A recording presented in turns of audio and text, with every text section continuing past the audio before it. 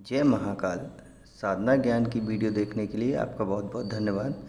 अगर आप मेरे चैनल पे पहली बार आए हुए हैं तो रेड कलर का सब्सक्राइब बटन दबा दीजिए, या जिसने मेरे चैनल को सब्सक्राइब नहीं किया है वो रेड कलर के सब्सक्राइब को बटन के दबा के बेल आइकन जो है घंटी के आकार का, उस पर क्लिक करके ऑल पिन क्लिक कर दीजिएगा, जिससे कि हमारे चैनल की जो भी लेटेस्ट वीडियो है उसकी अपडेट आपको मिलती रहे। जय महाकाल। साधना ज्ञान चैनल में आप सभी का एक बार फिर से स्वागत है। आज मैं आप लोगों को जो बगलामुखी ब्रह्मा साधना है उसकी विषय की एक पूरी जानकारी एक और रह गई थी आप लोगों के, जो आप लोगों के कन्फ्यूज़न क्रिएट कर रही वो समझ लीजिए। देखिए, सबसे पहले तो 30 जून से ये साधना शुरू करनी है। 25 जून तक लास्ट डेट है। जिसको चाहिए वो व्हाट्सएप पे कांटेक्ट करके ले सकता है पूरे विधि विधान के साथ। उसके बाद अब आ जाते हैं, ये जानकारी पूरी हो गई। नेक्स्ट जानकारी थी कि क्या हम विनियोग और कवच दोनों का पार्ट पहले भी करना है और बाद में भी करना है। ये बहुत बड़ा कन्फ्यूज़न हो रहा है आप लोगों को, तो मैं समझा देता हूँ। विनियोग और कवच दोनों का पार्ट पहले भी करना है और लास्ट में भी करना है, जब के बाद भी। क्यों करना है उसका रीज़न मैं बता देता हूँ। क्योंकि हर एक देवी के भैरव होते हैं, ठीक है। तो जो बगलामुखी के भैरव हैं उनका आपको आवाहन भी करना होगा और उनसे प्रार्थना भी करनी होगी कि जो भी इस मंत्र का दुष्प्रभाव है वो मुझ पे ना पड़े, और मेरी जो भी नकारात्मक इच्छाएं हैं, शक्तियां मेरे अंदर विद्यमान हैं या इधर उधर जो हमें हमला करना चाहती हैं, उससे प्रोटेक्शन के लिए हमें ये जाप कर रहा हूँ, तो आप मेरी रक्षा करें। तो कवच का मेन कंडीशन यही है इसमें। तो कवच जैसे ही आप साधना शुरू करेंगे तो निर्विघ्न पूर्ण होने के लिए आप कवच का पाठ करेंगे, ठीक है। उसके बाद फिर जब नेक्स्ट में लौटते में करेंगे तो भी आप इसीलिए करेंगे कि मेरी साधना में जो भी गलती हुई हो, जो भी नकारात्मक चीज़ें हैं वो ख़त्म हो जाए। क्योंकि भैरव का काम ही होता है भय को हरना, नकारात्मक चीज़ों को हटाना और आपको सही मार्ग पे चलाना अनुशासन के हिसाब से। तो यही मस्ट है कि आप अनुशासन के हिसाब से चलें, उल्टा सीधा ना करें, जिससे कि आप पे दुष्प्रभाव ना पड़े, ठीक है। क्योंकि दुष्प्रभाव का मतलब ही सीधी सी बात है, सिद्धि मिल भी गई तो क्या फ़ायदा, जब आपकी मनोस्थिति ही ठीक नहीं रहेगी, आप उल्टे सीधे कार्य करेंगे तो फ़ायदा ही क्या उस सिद्धि का, आप मेरे को बताइए, है ना। तो इसीलिए कि हम भैरव जी का आवाहन भी करते हैं और कवच में उनको बोलते भी हैं यही सब चीज़ें। क्योंकि कवच जब हम पढ़ते हैं तो हम अपनी बॉडी को एक प्रोटेक्शन देते हैं, जिससे कि हमारा कभी भी हमें कोई दिक्कत हो। अब मान लीजिए कि आपने इस मंत्र का जाप प्रयोग कर लिया पूरा, आपको मंत्र रट गया, अब कभी आपको ज़रूरत पड़ती है, आवश्यकता टेंडम, तो या तो आप मंत्र का जाप कर लेंगे तो भी आपकी प्रोटेक्शन हो जाएगी, नहीं तो आप कवच का पाठ करेंगे तो भी प्रोटेक्शन हो जाएगी। क्योंकि एक साथ ये दोनों चीज़ें आपके लिए सिद्ध हो रहे हैं, एक कवच भी हो रहा है, एक मंत्र भी हो रहा है और एक यंत्र भी, तीन चीज़ें एक साथ प्रोटेक्शन के लिए।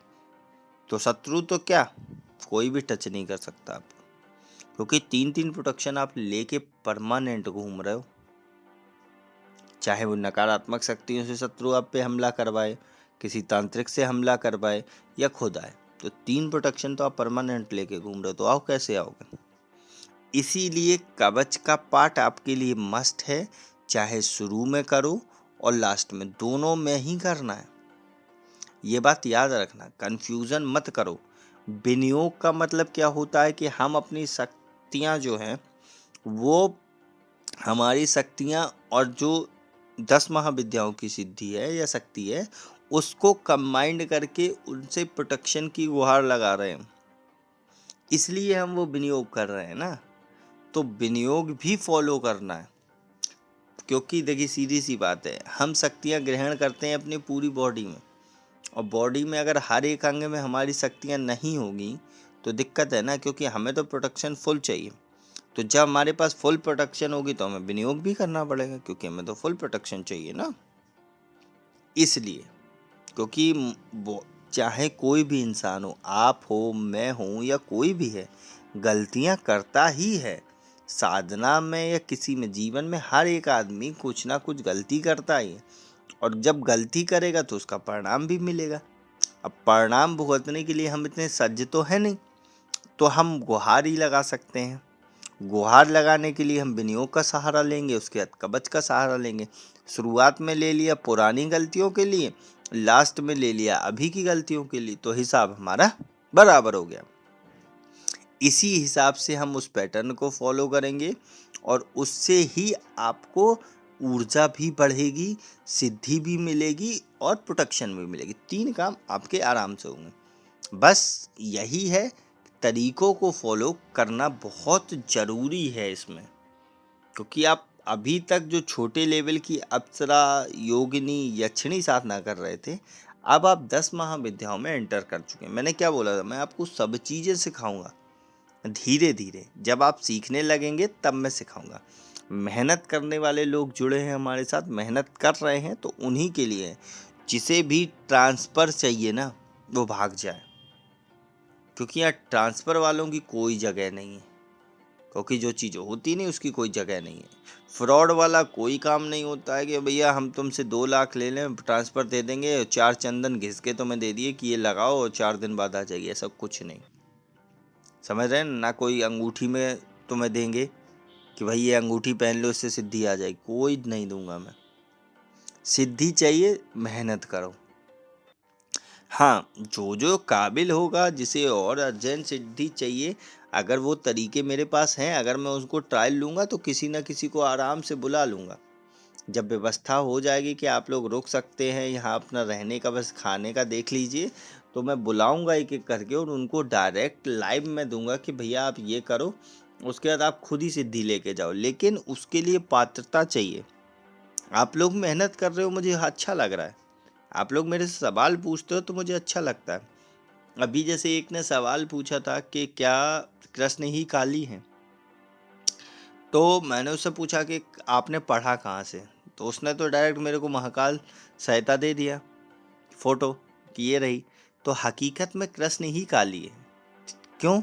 क्योंकि काली ही विनाश की देवी है ना, और कृष्ण है सृष्टि के पालनकर्ता, जो पालेगा वो मार नहीं सकता ना, सिंपल सी बात। और एक हिसाब से अगर सिनेरियो देखा जाए तो सारी ऊर्जा एक ही से जुड़ी हुई हैं, तो कृष्ण ही काली हुए। इसीलिए मेहनत करो, सारी सिद्धियां, सारी शक्तियां एक ही हैं सात्विक में, बस तरीका बदला हुआ है, पैटर्न बदला हुआ है। क्यों? क्योंकि कुछ शक्तियां आपको शक्ति देंगी, कुछ संहार करेंगी, कुछ आपको धन प्राप्ति देंगी।